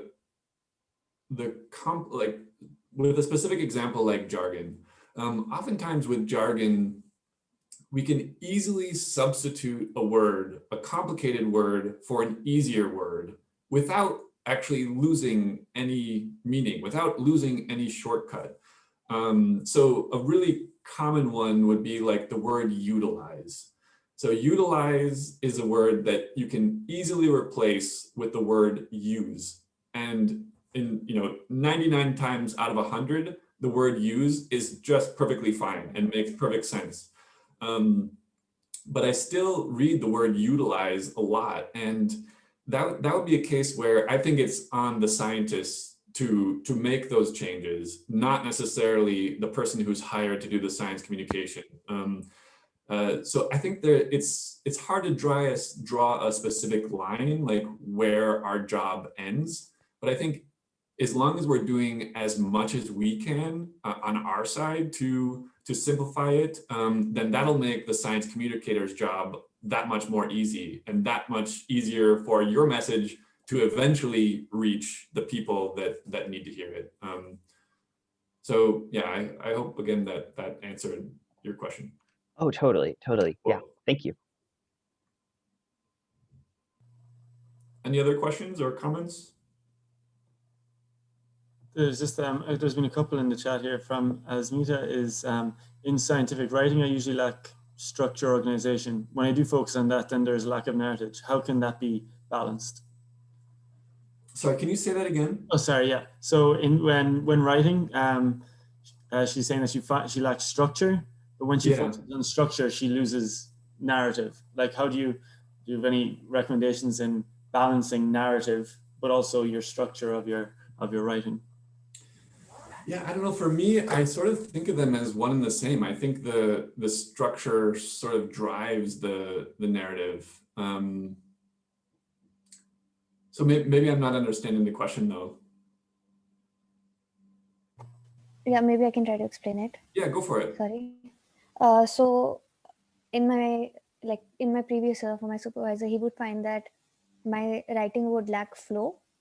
Mm-hmm. So it would be a bit chaotic. So then I became like, okay, flow. So then I would make everything into really organized, like subpoints and everything. And then it just becomes dry. It just doesn't feel like a story anymore. Mm. So my struggle is in between actually having organization, but also having something that's interesting to read and like has a full story to it. So that kind of becomes. Yeah, so for me, like I totally get what you're saying in that. So let me repeat it back to you. So it sounds like when you take out the jargon and you focus only on structure, that the writing sort of becomes less interesting. Is that kind of what you're saying? Yeah. Okay. Yeah. So for me, it's. I really rely on the structure a lot, again, to make the story as sticky as possible, because we do really rely on these structures to make things memorable. But it's true that oftentimes we use, more interesting language as a way to try to make things memorable. So I think it's sort of recognizing that you can lose the more interesting language and rely more specifically on the structure as a way to make it memorable rather than the language. I think that's what we should try to strive for when we're writing and communicating. Did that kind of make sense? It does, yeah. Yeah. Thanks. So how much more time do we have, Ty? I think we've got 10 minutes more, but I mean, yeah. Okay, so we're gonna skip the break and just go straight straight to the other samples because this is taking longer than I expected. So yeah, looks like someone sent a question in the chat though. There's a couple of comments there from Mikkel and Atifa. In our group, we talked about that. So this is from Mikael. So in our group, we talked about that this last example text might follow the Disney structure if we read a few more pages or a few hundred more pages. It reminded me more of this quote: a doctoral thesis is 300 pages reporting something really important and well reasoned out, or 600 pages from a link. Yeah. Mikhail, I don't know, do you want to explain? We're running a little bit low on time. I don't know if it's worth it, but just to say that some of these, well, all of them are taken out of context. Yeah. When we're trying to decide if they follow the structure or not, it's, well, we don't really know. They could, but they could also be doing so way, way too slow. And that's sort of the comment that people, I mean, in this last example, there are some of the lines that are almost repetitions, and in the same paragraph you have repetitions, then it might indicate that you're writing a way too long text. Yeah, absolutely. And I also take your point that these samples are sort of out of context. So it could be that, you know, we might see a paragraph here that's entirely context, but it could be in, like, the next paragraph could be the contradiction, and then the next paragraph could be the conclusion. So I definitely see the point that they're taken out of context. And the second point was about the length. Yes. So, because, well, that was just a chat we had in our group that saw that this was probably taken out of an IPCC report or something like that, that it might be from a very, very long text. Yeah. And so that does make it a little bit more difficult to digest. Yeah, exactly. That's an important enough point to consider when you're writing your text. And then the link that I shared is an article on how to write scientific literature consistently boring. And it's from my former supervisor, and he has thousands of citations of interesting freshwater studies, but his most cited paper is that one. Nice. Thanks for sharing, Mikael. So I'm actually going to skip ahead to, I think, this one's really fun, but we're going to skip it. Okay, I think this is a good one. We'll go to sample 7.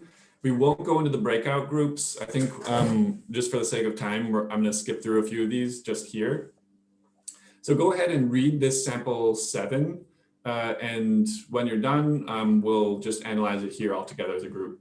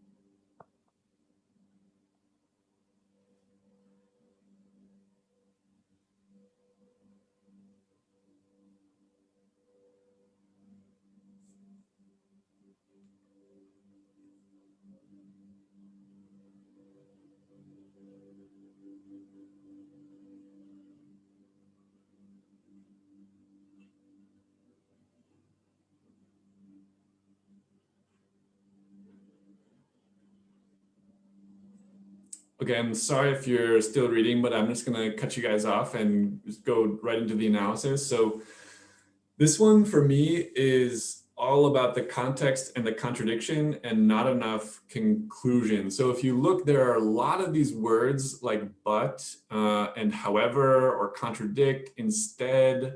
And here towards the end, there's a series of but, however, but, and these series of contradiction statements make it really hard for non-experts to understand, because it becomes unclear what is contradicting what, and can be really hard to understand. So if you remember back to that narrative spectrum that we talked about at the beginning, this is an example of despite, however, yet writing that can be really, really confusing. And in terms of one thing, I here struggled to find one thing, but if I were to take a stab at it, I would say, different resources are limiting over different scales, maybe over different scales in time and space. But yeah, this one, for me, one thing was a bit of a struggle. And in terms of jargon, there's a lot of it. So, words like numerous here can easily be replaced with the word many. Yeah, there are a lot more examples of this. So I hate to do it, but I'm going to skip through all of these other samples. Actually, maybe I'll just point out this one here. So this is sample 9. I'm not, hold on. Okay, so this is sample 9. This is an abstract from a paper. And I just wanted to show you guys how you can, within a paragraph, even have 2 context, contradiction, conclusion statements, one right after the other. And that can be a really effective way for writing abstracts, for example, where you not only have the lead up to your results as an and, but, therefore, but you also have your results presented in and, but, therefore. And you guys can look at this example, sample number 9, later, because you guys have that Google Doc.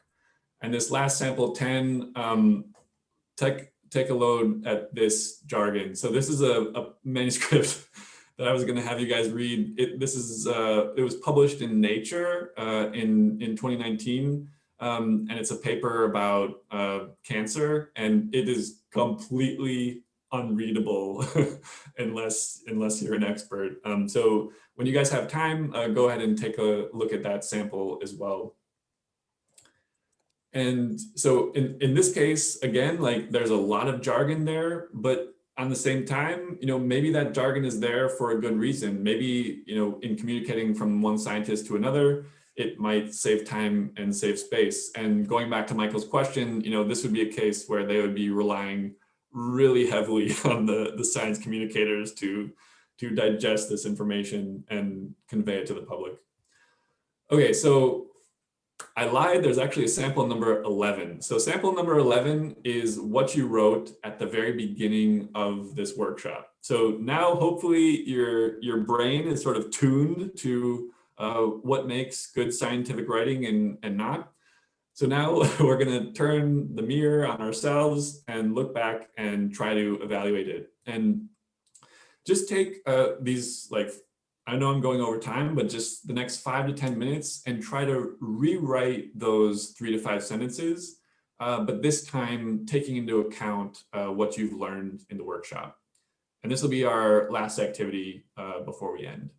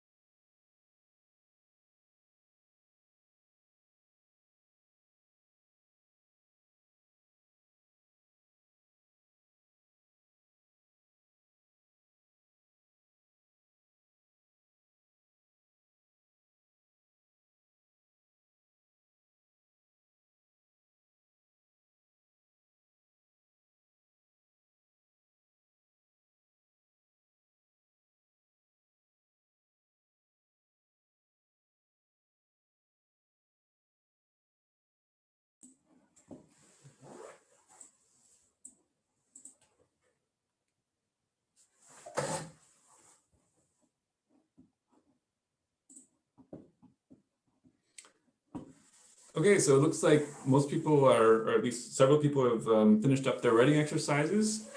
So I'm just curious to see if anyone had their writing sample change dramatically.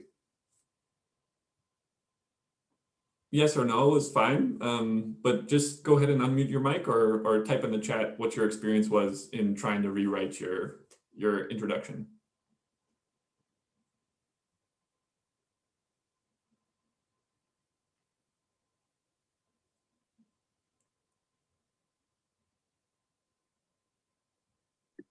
I went from being very and to the and but therefore. Congrats, yeah, that's great. Did anyone else's change? Were you able to reduce the amount of jargon?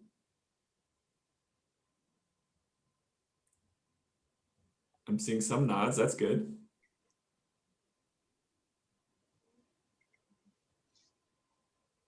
I was able to reduce it, but it's really hard when you can't use words like limnology, study, research, lake. They were just like the keywords, you know, my whole life, and not being able to use them. So it's difficult to get around them, especially in a non-verbose way, you know, non-wordy way. Yeah. And I think the important thing is not necessarily that you arrive at the perfect, most simple language to explain your research, but just that you're trying, just that you recognize that by using simpler language, you can reach more people. I think that's really the most important part. Yeah, that's really difficult because even when we write articles, like now they're starting to use plain language summary. Yeah. And sometimes I find that harder to write than the article itself. Absolutely. And when you reread it after it's been published and you say it wasn't plain enough. Yeah, it's true. I've read some plain language summaries and thought to myself, like, was that really supposed to be plain language summary? Yeah. And then I think you really have to focus on who your audience is, because sometimes you have to get rid of, I think, about 90% of your message just to get across 10% of something when we're doing technical stuff, you know, technical issues. Yeah, and I think this is something that's particularly true for early career researchers. Like, given that you're just starting out, right? You're working so hard on doing your science, and it can be really difficult to cut something out, to say, I'm not going to talk about this. I'm just going to focus on one thing, because that means, you know, setting aside so much of your work that you've invested yourself in. But really, it's something that we have to get better at. Yeah. Thanks for sharing. It was a very nice and interesting session. Thank you. Workshop. Does anyone else have more feedback or comments or questions?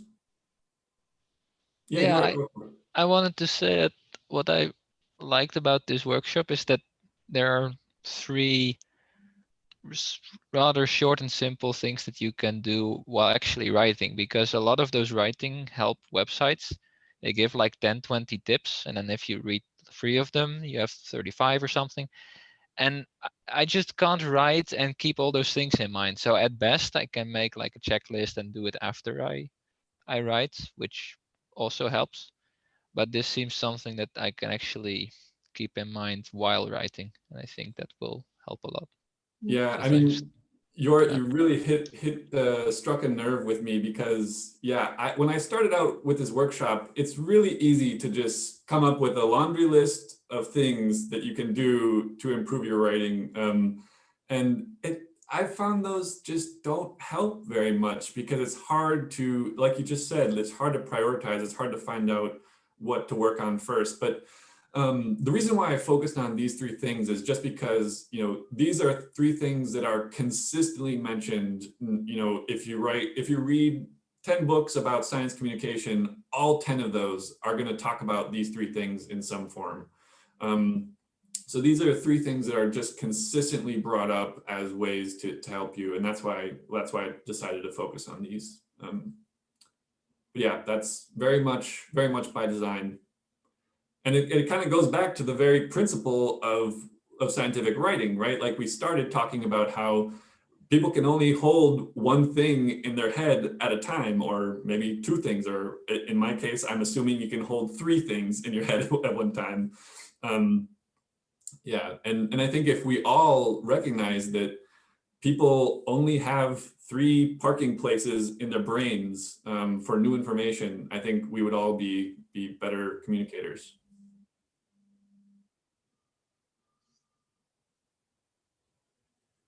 So we have to write more short focused papers.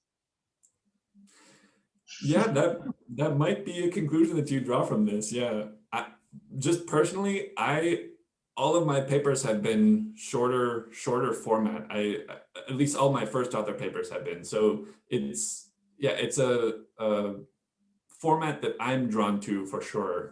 Not everyone is.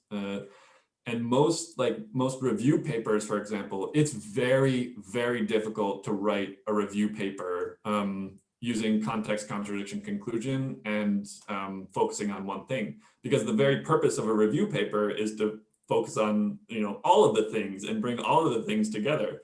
So yeah, some formats are much harder than others. I would say the short paper format is probably easiest to implement these 3 things.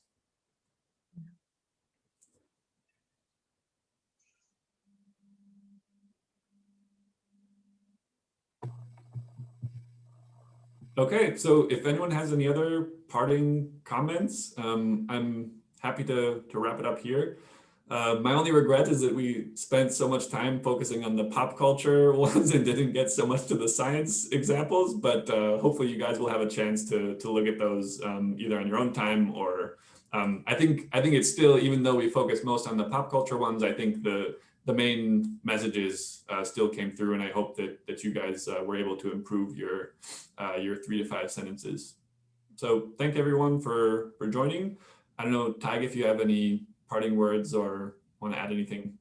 Yeah, I'd like to thank you, Ben, first of all, for hosting this workshop. It's been a great session, and I mean, we went over time, and that everyone stayed here showed how engaging it was. And I'd also like to thank everyone for attending. It's great to see so many people interested, and it's rewarding to see, like when we organize the workshops, that everyone turned out and they're interested, and that we're keeping these things going even in a virtual format.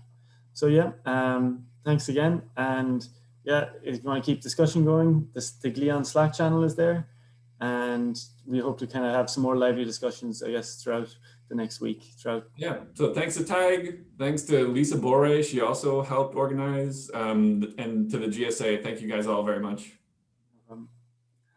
Have a nice weekend. Bye-bye. Bye. Bye.